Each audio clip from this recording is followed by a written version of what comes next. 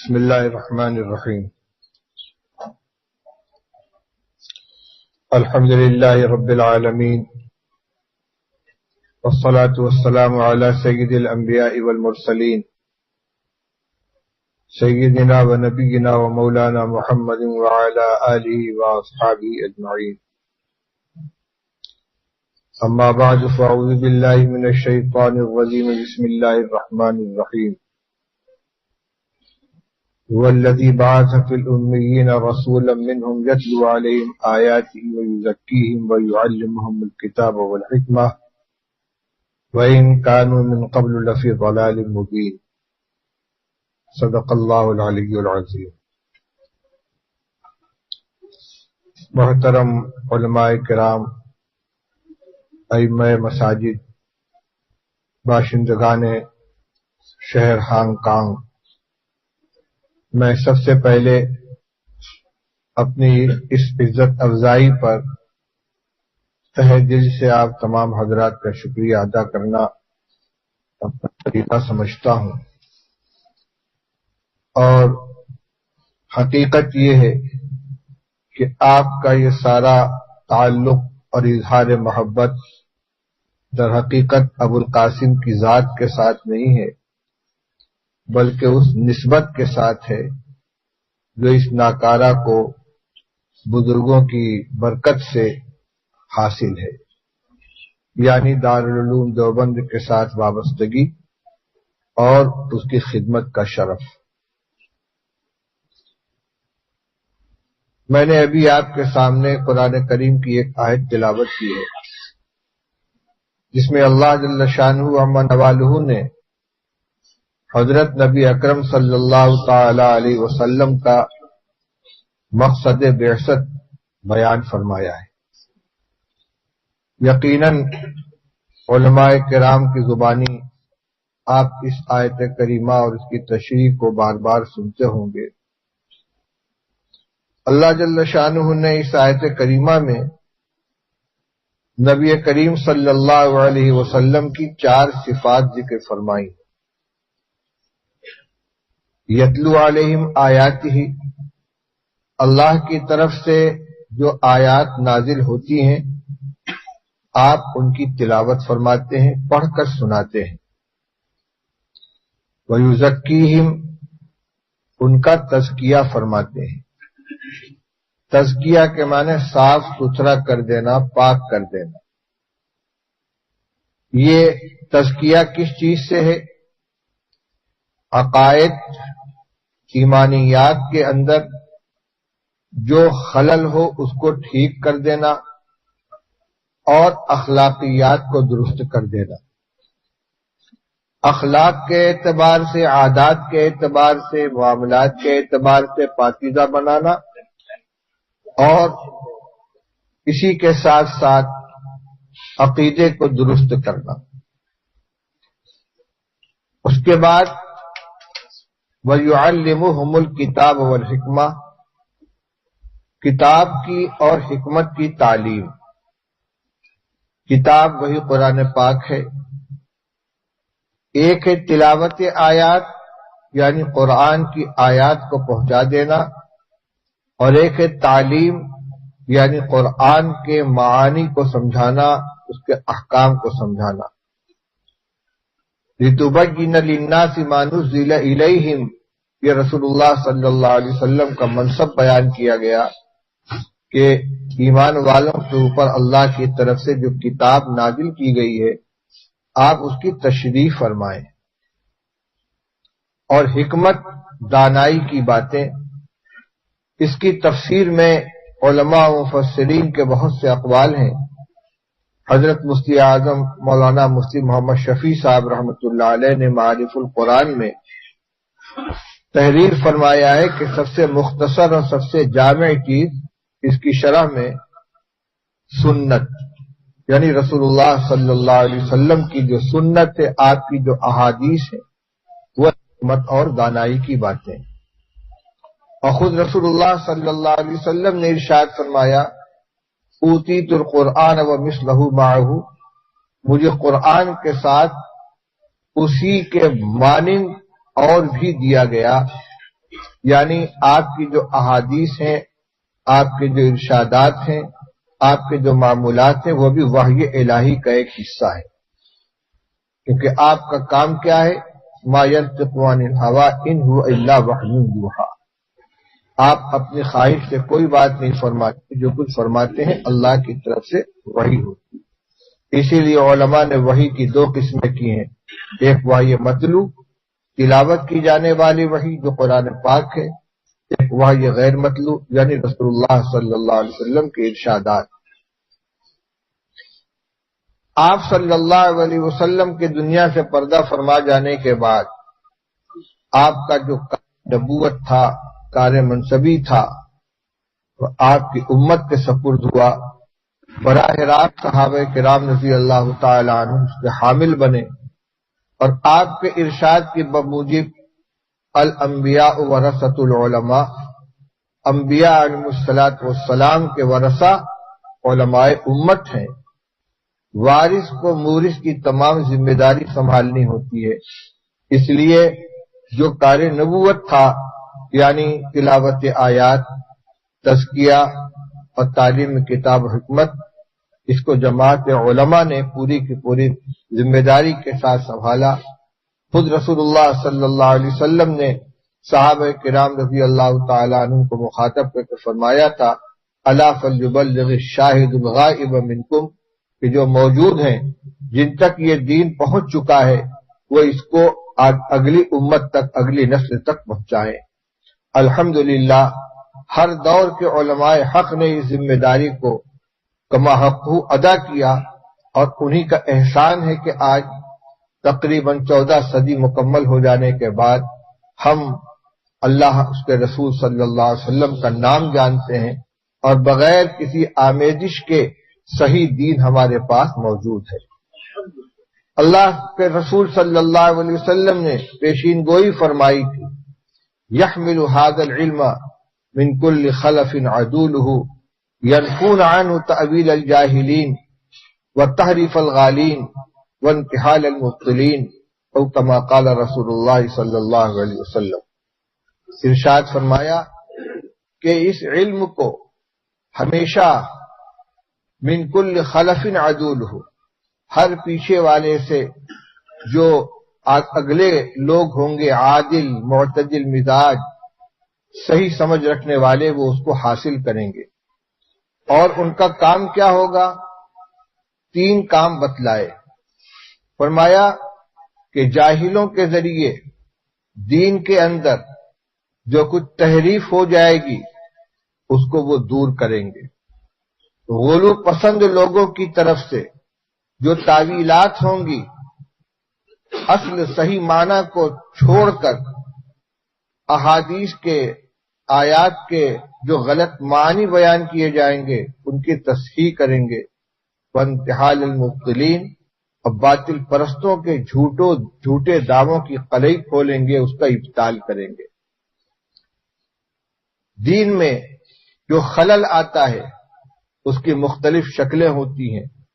بعض وہ ہوتے ہیں کہ جو جاہل ہیں ان کو حقیقت کا پتہ ہی نہیں، بعض بات تو صحیح کہتے ہیں لیکن حد سے آگے بڑھ جاتے ہیں، وہ غلو پسند کہلاتے ہیں۔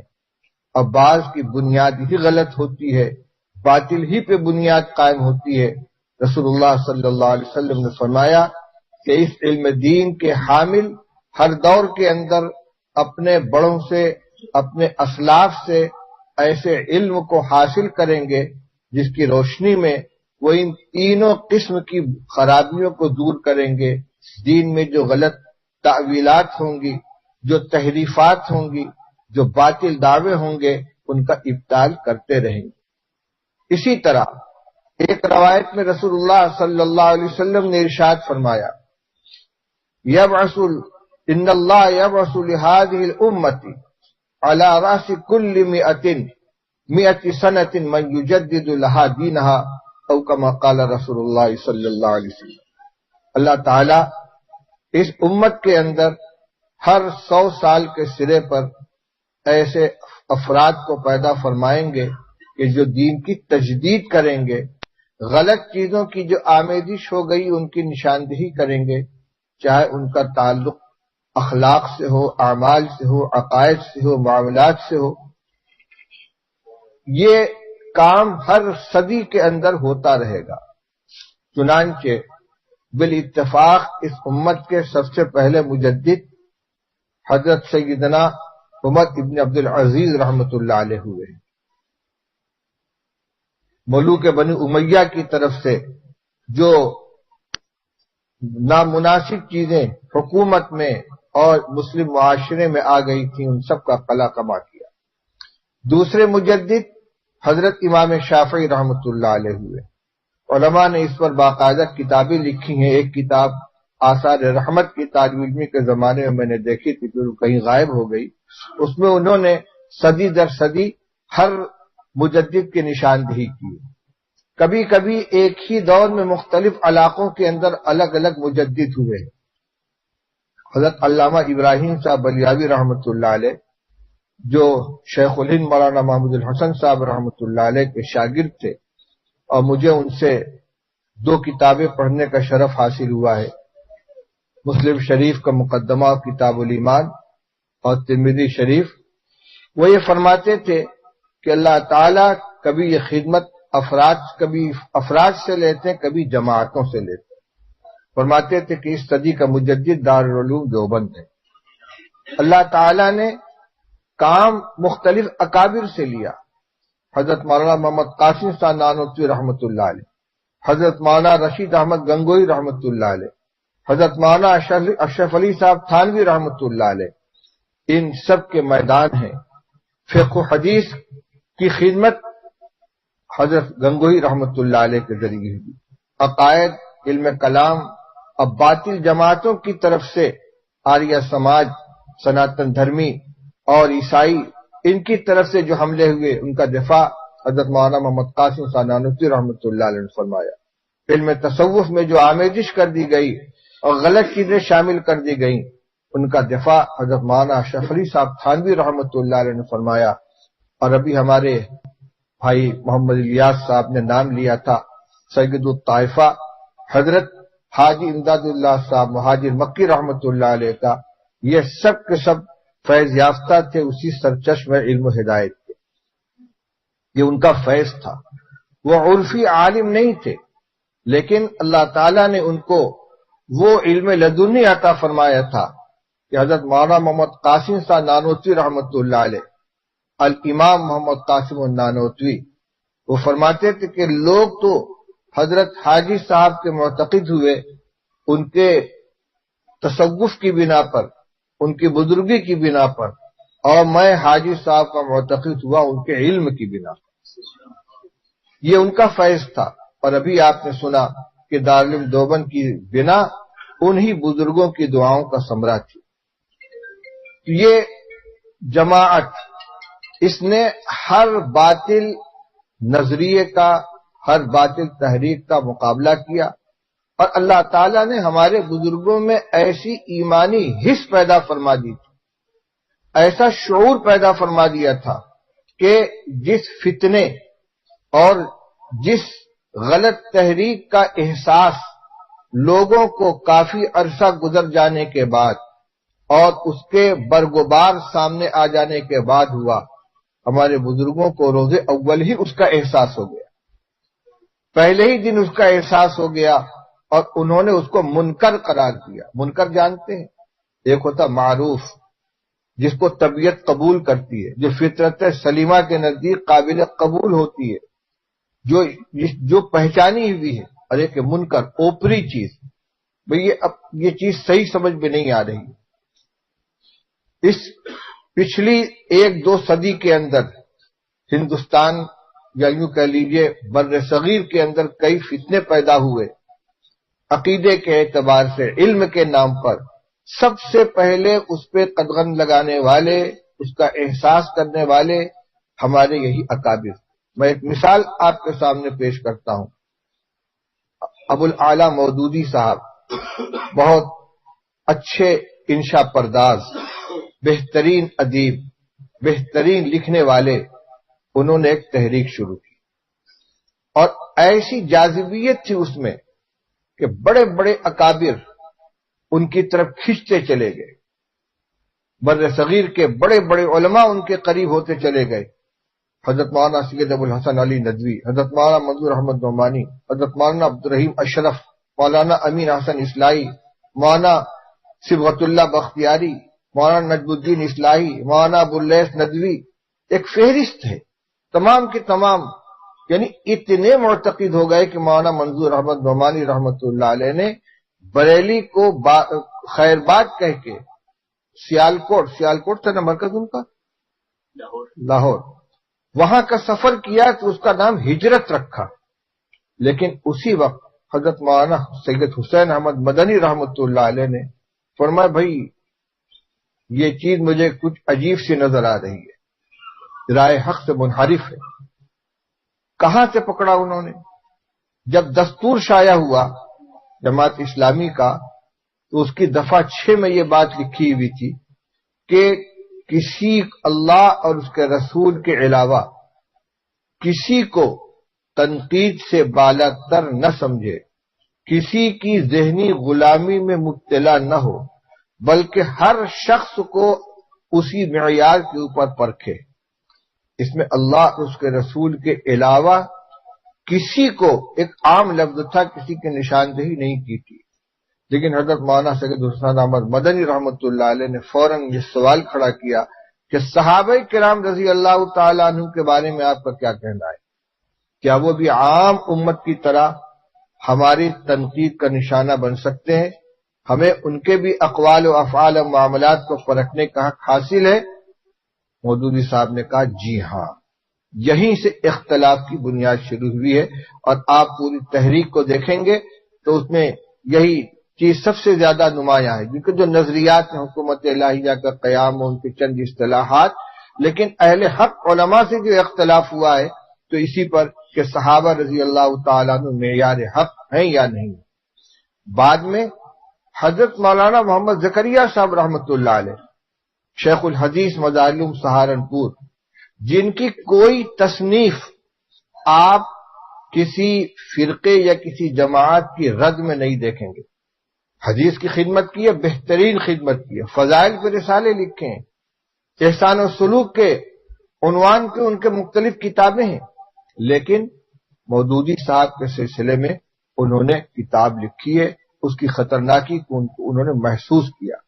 یہ حص اللہ تعالیٰ نے عطا فرمائی اکابر علماء دیوبند کو. تو میں یہ عرض کر رہا تھا کہ یہ کام اللہ تعالیٰ نے جماعت علماء دیوبند سے لیا. ہم کسی منفعت یا کسی دنیاوی فائدے کی خاطر اپنے آپ کو ان اکابر سے منسوب نہیں کرتے، یہ ہمارے دل کی آواز ہے.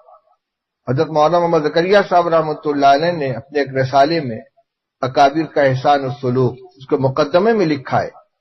فرماتے ہیں کہ لوگ ہمارے اوپر اعتراض کرتے ہیں کہ آپ اپنے بزرگوں کے اندھے معتقد ہیں، لیکن ہم کیا کریں، ہم نے جو چیز ان کے اندر پائی وہ ہم کو کسی کے اندر ملی ہی نہیں.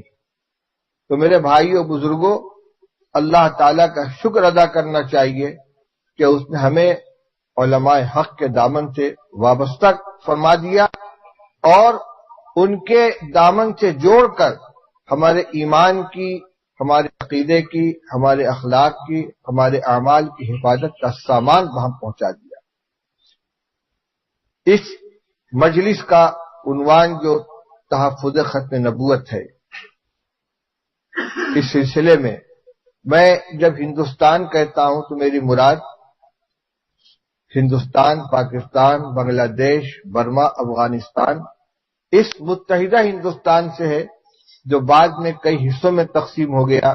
لیکن جب دیوبند کا قیام ہوا تھا اور اس کے فضلاء، اس کے علماء پھیلے ہوئے تھے، یہ سارے کے سارے خطے ایک تھے. آپ دیکھیں کہ ختم نبوت کے خلاف جب آواز اٹھائی گئی اور مرزا غلام احمد قادیانی نے بتدریج نبوت کا دعویٰ کیا، ایک ایک زینہ چڑھتے ہوئے آخرکار نبوت کے مقام تک اپنے کو پہنچانے کی کوشش کی، تو ان کے خلاف سب سے بڑا محاذ قائم کرنے والے، لوہا لینے والے کون تھے؟ یہی ہمارے اکابر علماء دیوبند تھے. کچھ اکابر وہ تھے جیسے علامہ سید عطا اللہ شاہ بخاری جی رحمہ اللہ تعالی، اب بعد میں مولانا منظور احمد صاحب چنوٹی، اخیر میں مولانا اللہ وسایا صاحب، ان حضرات کا اوڑھنا بچھونا، ان کا دن رات کا مشغلہ، ان کی شناخت اور ان کی پہچانی یہ مسئلہ بن گیا ہے۔ ہندوستان دارالعلوم دیوبند کے اکابر میں علامہ انور شاہ کشمیری رحمۃ اللہ علیہ، محدث وقت، جو دارالعلوم دیوبند کے مسند حدیث کی زینت تھے، جن کا 24 گھنٹے کا مشغلہ کتابوں کے ساتھ انہماک درس و تدریس، انہوں نے اپنے مسند درس کو چھوڑ کر بھاولپور پور کے مقدمے کی پیروی کے لیے سفر فرمایا، اپنے تلامذہ کے ساتھ وہاں تشریف لے گئے۔ یہ وہی ایمانی حص ہے جو اندر سے مجبور کرتی ہے حق کے دفاع اور باطل کی ابطال کے اوپر۔ بعض لوگ پوچھتے ہیں علماء دیوبند کیا ہے؟ یہ ایسا دلچسپ مضمون ہے، ایسا دلچسپ عنوان ہے کہ اگر آپ اس کی تشریح شروع کریے صبح سے شام ہو جائے اور مضمون مکمل نہ ہو۔ ہمارے بہت سے علماء نے اس کے اوپر لکھا بھی ہے۔ ابھی میں حال میں دیکھ رہا تھا حضرت مولانا مفتی محمد تقی صاحب عثمانی کی چند قسطیں اسی عنوان کے اوپر۔ ہمارے کئی بزرگوں نے اپنے خطابات میں اپنے انداز سے ان کی خصوصیات کو شمار کرایا ہے۔ میں نے بھی جو محسوس کیا ہے آپ کے سامنے پیش کر رہا ہوں، اس لیے نہیں کہ مدح خانی اور منقبت خانی مقصود ہے، بلکہ اس لیے کہ ہم اپنے آپ کو ان بزرگوں کے دامن سے وابستہ کرنے میں جو فخر محسوس کرتے ہیں تو ان صفات کو اپنے اندر بھی پیدا کرنے کی کوشش کریں۔ دیوبند تو ایک قصبے کا نام ہے۔ دیوبندی کا یہ مطلب نہیں ہوا کہ دیوبند کا رہنے والا وہاں کا باشندہ، بلکہ مطلب اس کا یہی ہے کہ اپنے فکر کے اعتبار سے، اپنے عقیدے کے اعتبار سے، اپنے احساس اور شعور کے اعتبار سے اسی فکر کا حامل ہو، اسی عقیدے کا حامل ہو، اسی مزاج کا حامل ہو جو ان بزرگوں سے ہمیں وراثت کے اندر ملی ہے۔ میں نے جو محسوس کیا ہے، ہمارے علماء دیوبند کی جو چند خصوصیات ہیں یا ان کی چند شناخت ہے، خصوصیات تو نہیں کہنا چاہیے اس لیے کہ چیزیں امت میں ہر فرد کے اندر ہونی چاہیے اور ہیں، ان کی جو خاص شناخت ہے، سب سے اول نمبر پر توحید خالص۔ اللہ تعالیٰ کی توحید میں کسی درجے میں بھی کسی طرح کی شرکت گوارا نہیں ہے۔ توحید خالص، اللہ تعالیٰ کی ذات، اس کی صفات، اس کے علم، اس کی قدرت میں ذرہ برابر بھی کسی طرح کی شرکت نہیں۔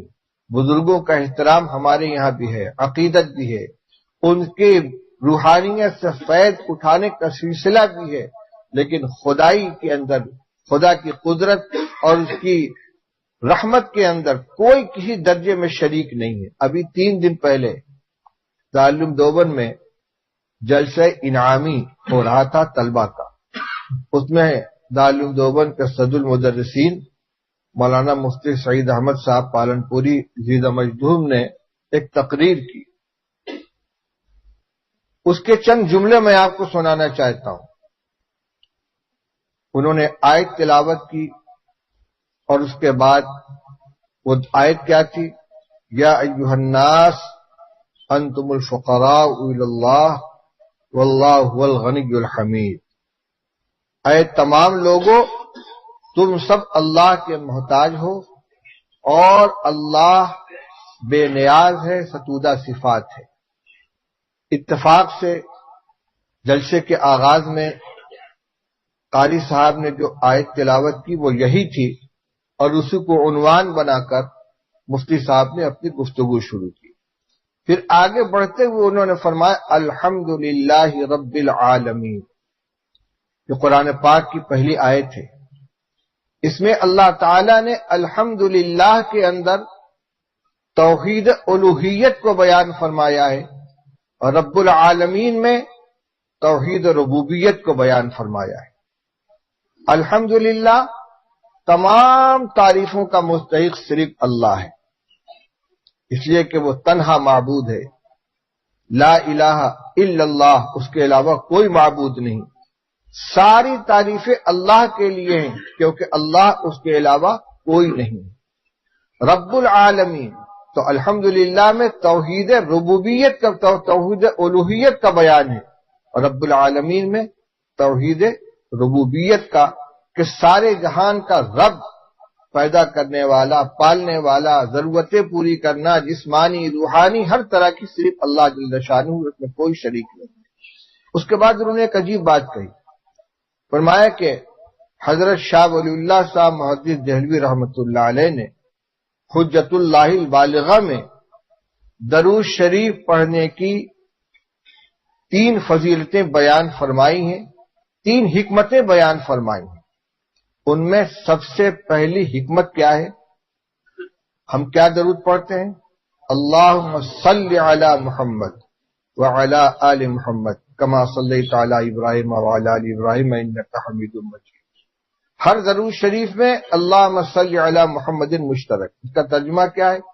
اے اللہ اپنی بے پایہ رحمت نازل فرما حضرت محمد صلی اللہ علیہ وسلم۔ کائنات میں اللہ کے بعد سب سے بزرگ و برتر ہستی کس کی ہے؟ حضرت نبی اکرم صلی اللہ علیہ وسلم۔ لیکن اللہم صلی علی محمد کی اس دعا میں کس چیز کا اظہار ہے؟ کہ نبی پاک صلی اللہ علیہ وسلم اللہ کے حبیب ہیں، خاتم النبیین ہیں، نبی الانبیاء ہیں، لیکن وہ بھی اللہ کی بے پایہ رحمتوں کے محتاج ہیں۔ اللہم صلی علی محمد، اے اللہ تو اپنی بے پناہ رحمت نازل فرما حضرت محمد صلی اللہ علیہ وسلم کے اوپر۔ تو اس میں گویا توحید کی دعوت ہے کہ اللہ جل شانہ کے محتاج تمام کے تمام ہیں۔ حضرت نبی کریم صلی اللہ علیہ وسلم بھی اللہ کی رحمتوں کے محتاج ہیں، مقام بہت بلند آپ کا۔ تو علماء دیوبند کی پہلی شناخت توحید خالص کا اعتقاد، جس میں کسی درجے میں کسی طرح کی شرکت گوارا نہیں۔ اہل بدعت سے ہمارا اختلاف اسی کے اندر ہے۔ نمبر 2، اتباع سنت اور محبت رسول۔ سنت کے اوپر انتہائی باریک نظر، ایک ایک سنت کو اپنی زندگی کے اندر زندہ کرنے کی کوشش۔ ہمارے یہاں تقسیم نہیں ہے کہ یہ سنت کس درجے کی ہے۔ حضرت نبی اکرم صلی اللہ علیہ وسلم کی سنت ہے، ہماری یہ ذمہ داری ہے کہ ہم اس کو اپنائیں۔ یہ ہمارے بزرگوں کی خاص شان تھی۔ ایک واقعہ میں نے سنا اپنے اساتذہ سے، ایک عالم حضرت مولانا رشید احمد گنگوئی رحمۃ اللہ علیہ کے یہاں بطور مہمان آئے اور چند روز انہوں نے قیام کیا، اس کے بعد رخصت ہونے لگے۔ حضرت نے ان سے دریافت فرمایا کہ بھائی آپ مہمان تھے، تشریف لائے، آپ نے اپنی آمد کا مقصد نہیں بتلایا۔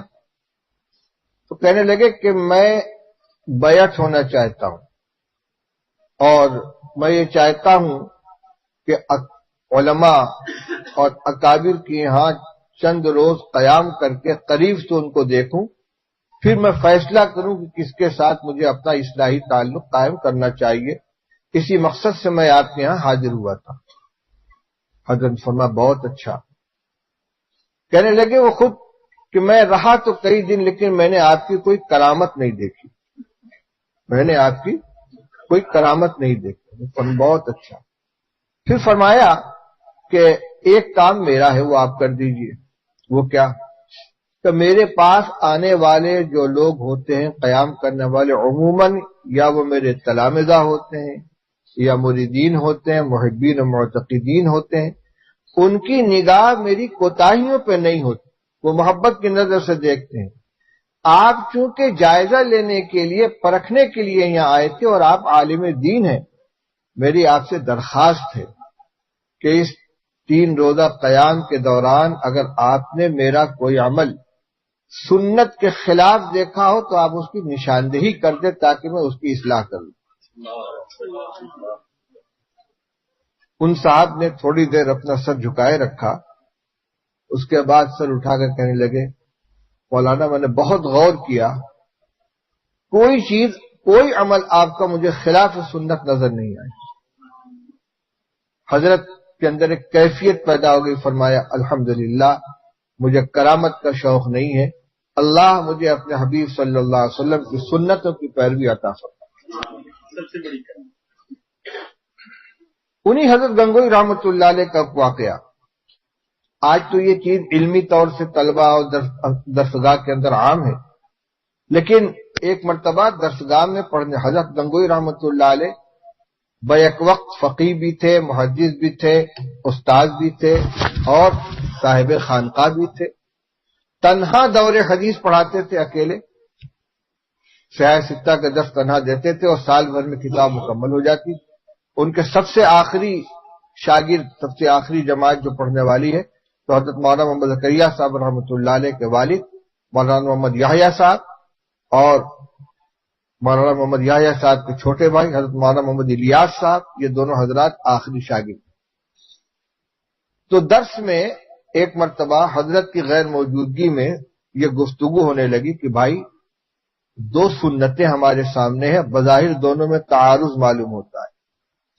ایک سنت مسجد میں داخل ہونے اور نکلنے کی، اور ایک سنت ہے چپل اور جوتا پہننے کی اور اتارنے کی۔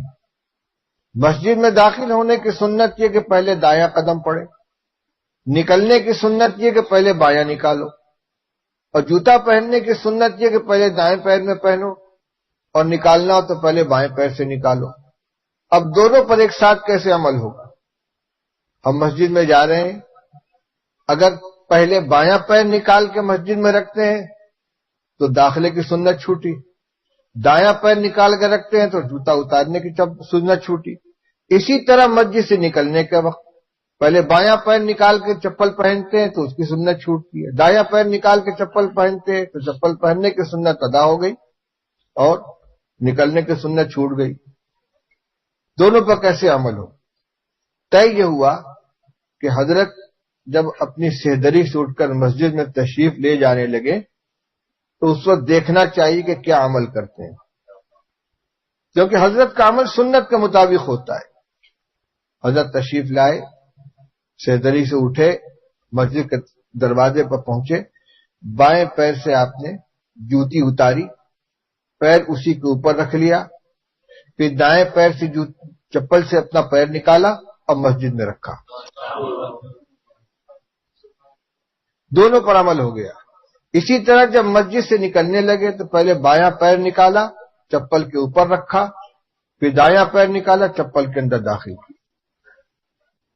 سنت کی تعلیم حضرت کے عمل سے، اور اس کے بعد غالباً یہ بھی ہوا کہ درس کے اندر انہی طلبہ نے حضرت کے سامنے یہی سوال پیش کیا کہ حضرت یہ دو سنتیں ہیں، ان دونوں پر ایک ساتھ کیسے عمل؟ حضرت فرمایا ہاں بھائی ہے تو بات قابل غور، کیا کرنا چاہیے؟ انہوں نے کہا حضرت ہم نے آپ کو ایسا عمل کرتے ہوئے دیکھا۔ فرمایا ہاں اس طرح دونوں پر عمل ہو جائے۔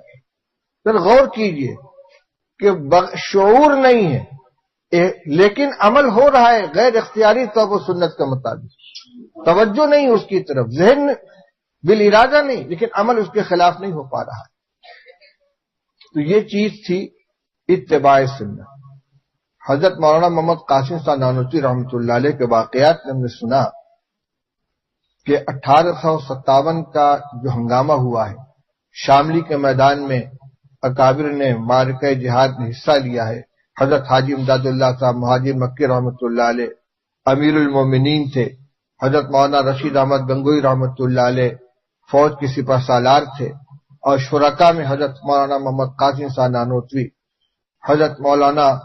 حضرت حاجی حافظ ضامن صاحب شہید، اور دارالعلوم مہمان خانے میں وہ فہرست لگی ہوئی ہے جس میں ان مجاہدین شاملی کا نام لکھا ہوا ہے۔ بہرحال اللہ کو منظور تھا، اس میں ناکامی ہوئی اور پورے ملک پر انگریزوں کا تسلط ہو گیا۔ تو جن لوگوں نے کسی بھی طرح سے انگریزوں کی مزاحمت کی تھی ان کو باغی قرار دیا گیا، ان کی دھر پکڑ کا سلسلہ شروع ہو گیا۔ مولانا محمد قاسم صاحب رحمۃ اللہ علیہ دیوبند آئے، 3 دن اپنے مکان میں روپوش رہے، لیکن ان کا مستقل قیام مسجد چھتہ کے ایک حجرے میں رہتا تھا۔ 3 دن کے بعد اپنے مکان سے نکل کر چھتہ مسجد میں آ گئے۔ لوگوں نے کہا حضرت ابھی موقع مناسب نہیں ہے. انگریز کے جاسوس بو سونگتے پھر رہے، کسی وقت بھی گرفتاری ہو سکتی ہے، ابھی آپ مکان کے اندر ہی رہیں. جانتے ہیں کیا جواب دیا تھا؟ فرمایا کہ محمد قاسم کی جان نبی اکرم صلی اللہ علیہ وسلم اور ابو بکر صدیق سے زیادہ قیمتی نہیں ہے، اور اس وقت کا ہنگامہ اور یہ خوف سفر ہجرت کے خوف سے زیادہ نہیں. حضرت نبی اکرم صلی اللہ علیہ وسلم و صدیق اکبر رضی اللہ تعالی عنہ نے اس ماحول میں غار ثور میں 3 دن پناہ لی تھی. اس کے بعد آپ باہر آ گئے. میں 3 دن سے زیادہ نہیں رہ سکتا. کہاں کہاں نگاہ پہنچ رہی ہے. اضطراری حالات کے اندر بھی اس پر نگاہ ہے کہ ایسے حالات میں نبی اکرم صلی اللہ تعالی علیہ وسلم کی سنت کیا رہی ہے. ہر عمل کے اندر تو دوسری پہچان، دوسری شناخت، باریک سے باریک سنتوں کا اہتمام اور اس کے اوپر عمل کرنے کی کوشش. میرے شیخ اور استاد حضرت مولانا مفتی محمود حسن گنگوئی رحمۃ اللہ علیہ دسترخوان پہ بیٹھے ہوئے، خدام حاضر. ہمارے ایک ساتھی کھانے کے دوران ان کو پانی کی ضرورت پیش آئی. انہوں نے کٹورا اٹھایا، بائیں ہاتھ میں لیا اور دایاں ہاتھ نیچے لگا کر اس کو پینے لگے. حضرت کی نگاہ پڑی، تیز نظروں سے گھورا اور فرمایا دایاں ہاتھ نہیں ہے. کہنے لگے حضرت ہاتھ میں وہ کھانا لگا ہوا تھا. فرمایا پیالہ سنت سے زیادہ قیمتی ہے، پیالہ سنت سے زیادہ قیمتی ہے. یہ بہت سے لوگوں کی عادت ہوتی ہے، بائیں ہاتھ میں گلاس لے لیا اور دایاں ہاتھ ذرا سا ٹکا دیا اور سمجھتے ہیں کہ دائیں ہاتھ سے پینے کی سنت ادا ہو گئی. اس سے سنت نہیں ادا ہوتی. اگر ایسا ہی کرنا ہے تو آپ بائیں ہاتھ سے اس کو صرف تھام لیجئے اور دائنی ہتھیلی پر رکھ کے اس طرح پیجئے. دائنی ہتھیلی پر رکھ لیجئے، بائیں ہاتھ سے سہارا دے لیجئے تاکہ یہ پینے کی سنت دائیں ہاتھ سے ادا ہو جائے. یہ بائیں ہاتھ میں پکڑ کے اور الٹے طرف سے ٹکا دینا، یہ سنت کی ادائیگی نہیں ہوتی. تو ہمارے بزرگوں کے یہاں دوسرے نمبر پر اتباع سنت، اور اسی کا ایک شعبہ محبت رسول، کیونکہ اتباع بغیر محبت کے نہیں ہوتا، اور محبت کا دعویٰ بغیر اتباع اور اطاعت کے سچا نہیں ہوتا. ان کان حبک صادقا لاطعتہ ان المحب لمن یحب یطیع. دعوی محبت اسی وقت سچا مانا جائے گا جو کامل درجے کا اتباع پایا جائے. تو رسول اللہ صلی اللہ علیہ وسلم کی ذات کے ساتھ جو سچی محبت اکابر علماء دیوبند کے اندر تھی، وہ ان کی شناخت کا دوسرا حصہ ہے. تیسری چیز ایمانی حمیت اور غیرت. حمیت و غیرت کا مطلب کیا ہوا؟ ان چیزوں میں عقیدہ توحید، رسول اللہ صلی اللہ علیہ وسلم کے تعلق سے ہمارے جتنے عقیدے ہیں، آپ کی رسالت و نبوت، آپ کا خاتم النبیین ہونا، آپ کی سنتیں، ان تمام چیزوں میں کہیں سے اگر کوئی خلل پیدا ہو جائے یا جو بنیادی عقیدے ہیں ہمارے ان میں کوئی رخنہ ڈالنے کی کوشش کرے تو فوراً اس کا احساس پیدا ہو جائے، اور پھر اس کے دفعیہ کے لیے، اس کا ازالہ کرنے کے لیے، اس کا مقابلہ کرنے کے لیے تن من دھن سب کی بازی لگا دے اور اس کو اپنا فریضہ سمجھے. میں نے آج گفتگو شروع کی تھی وہاں سے کہ اللہ تعالیٰ نے ہمارے اکابر کی جماعت کو کے ذریعے سے تجدید کا کام لیا ہے. آپ دیکھیں مولانا اشرف علی صاحب تھانوی رحمۃ اللہ علیہ، انہوں نے ایک طرف یعنی عجیب و غریب شان تھی مولانا تھانوی رحمۃ اللہ علیہ کی، مدرسہ بھی تھا، پڑھاتے بھی تھے، فتاوی بھی ان کے بے شمار ہیں. متاخرین علماء میں ان کی تعداد کے برابر کسی کے تصانیف نہیں ہیں، اور وہ بھی مختلف موضوعات کے اوپر. خانقاہ کا ایک مستقل سلسلہ تھا، اور اسی کے ساتھ ساتھ بدعات اور رسومات کے خلاف ان کا محاذ، اصلاح الرسوم، اغلاط العوام، اشتی زیور، التکشف عن مہمات التصوف، جہاں جہاں انہوں نے کوتاہیاں دیکھی ان کی اصلاح کے لیے قلم اٹھایا، انگلی رکھی۔ تصوف میں بہت سی جاہلانہ رسمیں شامل ہو گئی تھیں۔ مولانا تھانوی رحمۃ اللہ علیہ نے عجیب و غریب علوم اللہ نے ان کو عطا فرمائے تھے۔ تفسیر بیان القرآن کے حاشیے پر ایک مستقل مختصر حاشیہ ہے جس میں قرآنی آیات سے انہوں نے اصول تصوف کو ثابت فرمایا ہے۔ اسی طرح التکشف عن مہمات التصوف اور ایک کتاب مستقل ہے جس میں احادیث طیبہ میں ان اصول کو بیان فرمایا ہے جو اکابر صوفیہ و مشائخ کے یہاں پیش نظر ہوتی ہیں، جن کو پیدا کرنے کی کوشش کی جاتی ہے۔ تو یہ اس لائن میں، اس تصوف اور پیری مریدی کی لائن سے جو خرابیاں پیدا ہو گئی تھیں ان کی اصلاح حضرت تھانوی رحمۃ اللہ علیہ نے کی۔ ابھی میں نے ذکر کیا تھا کہ ختم نبوت کی حفاظت کے لیے علامہ انور شاہ کشمیری رحمۃ اللہ علیہ اپنے تلامذہ کی ایک پوری ٹیم لے کر پہنچے تھے، اور وہاں سے واپس آنے کے بعد بھی الحمدللہ یہ کام جاری رہا، اور اب دارالعلوم دیوبند کے اندر عالمی تحفظ ختم نبوت کا دفتر ہے، اور وہیں پر اس کا قیام عمل میں آیا۔ تو یہ ایمانی حس اور ایمانی شعور اور ایمانی غیرت یہ تمام اکابر دیوبند کے اندر اور تمام منتسبین مسلک دیوبند کے اندر موجود رہی ہے اور رہنی چاہیے۔ اور جب دیوبند کہا جاتا ہے تو اس سے مراد سہارنپور ضلع کے ایک قصبے کی طرف نسبت نہیں ہوتی، بلکہ اس فکر، اس عقیدے اور اس طریقہ تعلیم کے حامل جتنے ادارے ہیں، چاہے وہ بر صغیر میں ہوں، ایشیا میں ہوں، افریقہ میں ہوں، امریکہ میں ہوں، آسٹریلیا میں ہوں، کہیں بھی ہوں، وہ سب کے سب مدرسہ دیوبند کہلاتے۔ اور اللہ کا فضل ہے، کم سے کم 2 بزرگوں سے تو میں نے براہ راست سنا جو عالمی سفر کرنے والے لوگ ہیں۔ ایک شریم امام حرم اور ایک پیر ذوالفقار صاحب پاکستان کے، ان دونوں حضرات نے دارالعلوم دیوبند کے اندر بیان کیا، اور اس سے پہلے شیخ عبداللہ سبیل جو امام حرم تھے وہ تشریف لا چکے تھے میرے دیوبند پہنچنے سے پہلے، انہوں نے بھی یہ بات بیان کی کہ مجھے دنیا کے ہر اس خطے میں جانے کا موقع ملا ہے جہاں مسلمانوں کی تھوڑی سی بھی تعداد آباد ہے، اور وہاں دین کا کچھ کام ہو رہا ہے، چاہے وہ جنگل ہو، پہاڑ ہو، بیابان ہو، ترقی یافتہ شہر ہو، کوئی چھوٹی سی بستی ہو، جزائر ہو، ہر جگہ گیا ہوں، اور وہاں کے دینی حلقوں میں پہنچ کر کام کرنے کا، لوگوں سے ملاقات کرنے کا موقع ملا۔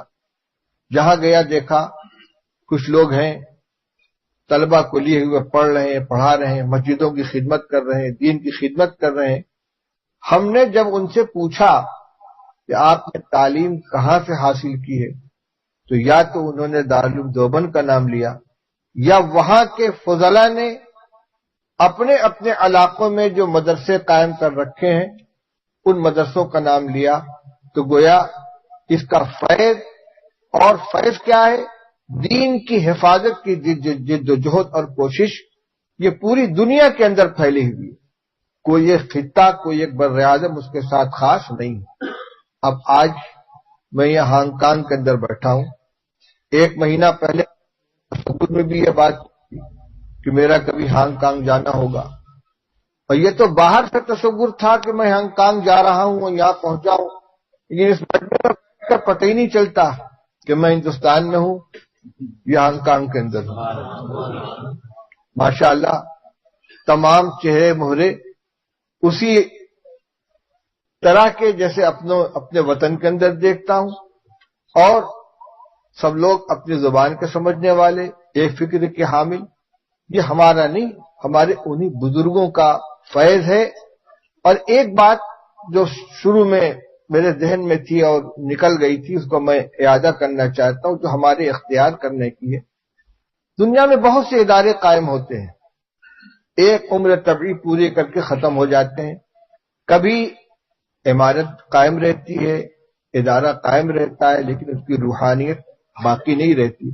دارالعلوم دیوبند میں کون سی خاص بات ہے کہ 1.5 صدی مکمل ہو جانے کے بعد آج بھی ہماری وابستگی اس کے ساتھ، اسی جذبے کے ساتھ قائم ہے اور یہ کام برابر جاری ہے۔ میں سمجھتا ہوں اس میں سب سے بڑی چیز ادارے کے بانیان کا اخلاص اور ان کی توجہ اللہ ہے۔ سب سے بڑی چیز یہی ہے۔ حاجی امداد اللہ صاحب مہاجر مکی رحمۃ اللہ علیہ کی بات آپ نے مولانا ارشد صاحب سے سنی کہ جب شاہ رفیع الدین صاحب نے حاجی صاحب کو یہ خوشخبری سنائی تو فرمایا سبحان اللہ، وہ آپ کا مدرسہ ہو گیا، آپ نے مدرسہ قائم کیا ہے۔ یہاں کتنے اللہ کے بندوں کی پیشانیاں رگڑتے رگڑتے مدت ہو گئی کہ اللہ ہندوستان میں ایمان اور عقیدے کی حفاظت کو کچھ سامان پیدا فرما دے۔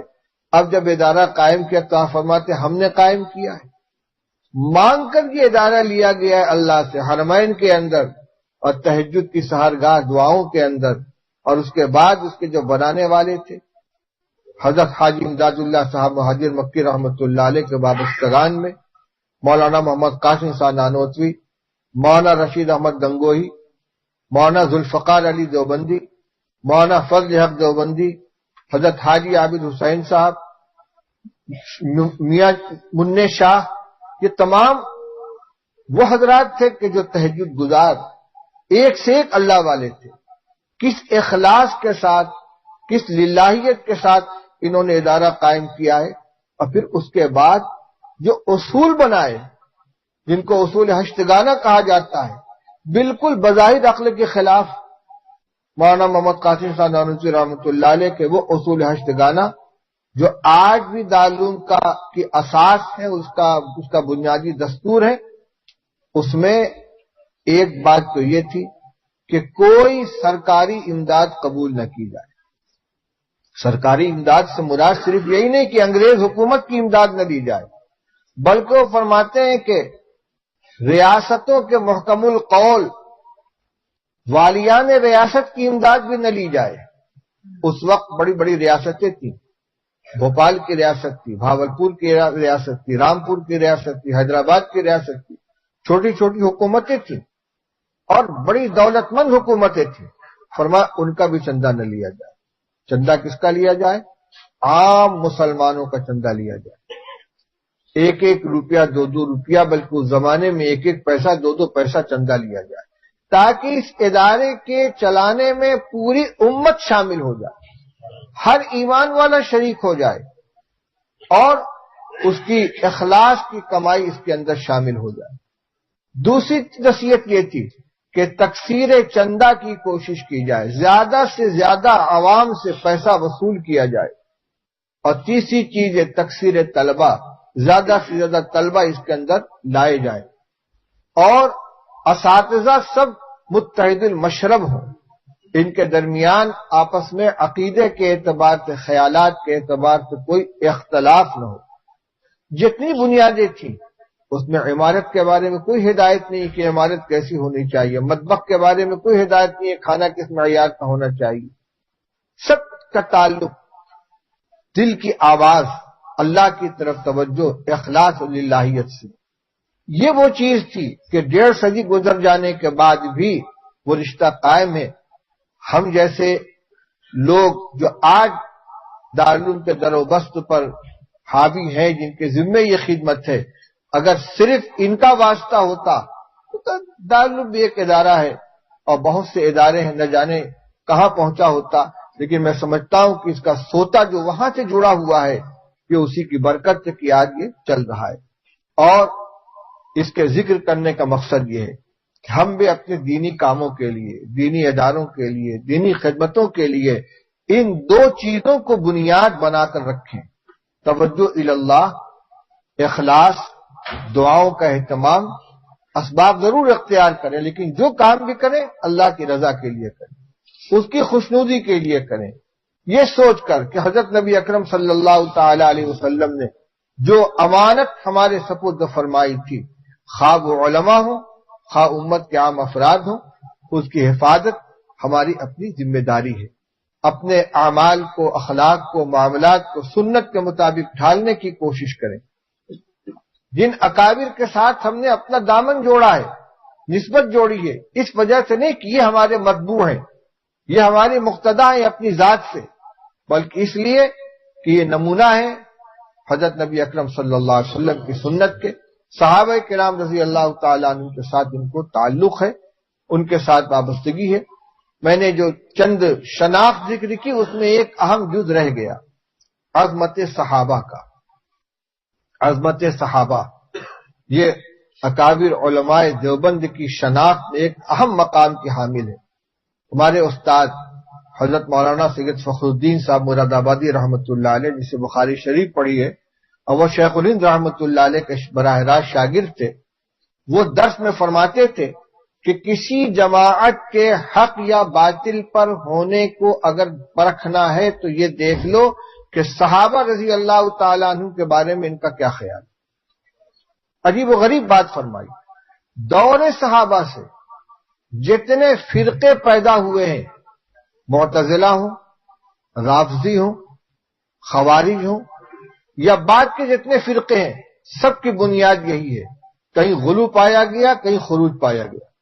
خوارج حضرت عثمان اور حضرت علی رضی اللہ تعالیٰ عنہ کے بارے میں بد زبان تھے، روافض حضرت شیخین رضی اللہ تعالیٰ عنہ کے بارے میں گستاخ، حضرت علی رضی اللہ تعالیٰ عنہ کے ساتھ عقیدت میں غلو، حد سے اعتدال۔ بعد میں جو جماعتیں پیدا ہوئی ہیں حالیہ صدیوں کے اندر، ان میں بھی جو خرابی آئی ہے اسی وجہ سے کہ مقام صحابہ جو حقیقی شریعت کا دیا ہوا، اس کو یا تو اس کے اندر غلو کیا ہے یا اس کے ساتھ افراط ہے یا تفریط ہے۔ تو صحابہ رضی اللہ تعالی عنہم کے صحیح مقام کو پہچاننا اور ان کے ساتھ وہ معاملہ کرنا کہ جو مقام ان کو رسول اللہ صلی اللہ علیہ وسلم نے دیا تھا، یہ ایک مستقل موضوع ہے۔ حضور صلی اللہ علیہ وسلم نے صحابہ رضی اللہ تعالیٰ عنہ کے بارے میں کیا کیا ہدایتیں تھی، اللہ اللہ فی اصحابی لا تتخذوهم غرضا من بعدی ومن احبهم فبحبی احبهم ومن ابغضهم فببغضی ابغضهم۔ فرمایا اللہ سے ڈرنا، اللہ سے ڈرنا میرے صحابہ کے بارے میں، جس نے ان سے محبت کی اس نے میرے ساتھ محبت رکھنے کی وجہ سے ان سے محبت کی، اور جس نے ان سے بغض رکھا اس نے میرے ساتھ بغض رکھنے کی وجہ سے ان سے بغض رکھا۔ من احبهم فبحبی احبهم، اور فرمایا لا تتخذوهم غرضا من بعدی، میرے بعد میرے صحابہ کو نشانہ مت بنانا، ان کو ہدف مت بنانا۔ تو صحابہ رضی اللہ تعالیٰ عنہ کے مقام، ان کا جو حقیقی مقام جو نبی کریم صلی اللہ علیہ وسلم نے جس کو جو درجہ دیا ہے، امت نے اجماعی طور پر جن کو جو مقام عطا فرمایا، جو ترتیب و فضیلت کے اعتبار سے، اسی ترتیب کے ساتھ ان کو بارے میں عقیدہ رکھنا، افراط و تفریط سے بچا کر، یہ علماء دیوبند کی شناخت کے اندر ایک اہم حیثیت رکھتی ہے۔ یہ چند متفرق باتیں میں نے آپ کے سامنے عرض کی، اور میں مبارکباد دیتا ہوں مولانا الیاس صاحب کو، مولانا رشید صاحب کو اور مجلس تحفظ ختم نبوت کے ذمہ داران کو کہ اس دور دراز علاقے کے اندر انہوں نے یہ شمع روشن کر رکھی ہے۔ یہ عقیدے کا ایک اہم باب ہے، اور یہ موضوع تو اصل میں ہمارے دوست مولانا شاہ عالم صاحب گورکھپوری دعوت برکاتہم کا ہے۔ میں تو برکت حاصل کرنے کے لیے اس قافلے میں شریک ہو گیا ہوں کہ یہ ختم نبوت کا مسئلہ صرف قادیانیت کا مسئلہ نہیں ہے، بلکہ رنگ بدل بدل کر ہر دور میں مختلف نام سے مختلف دعووں کی شکل میں آتا رہتا ہے۔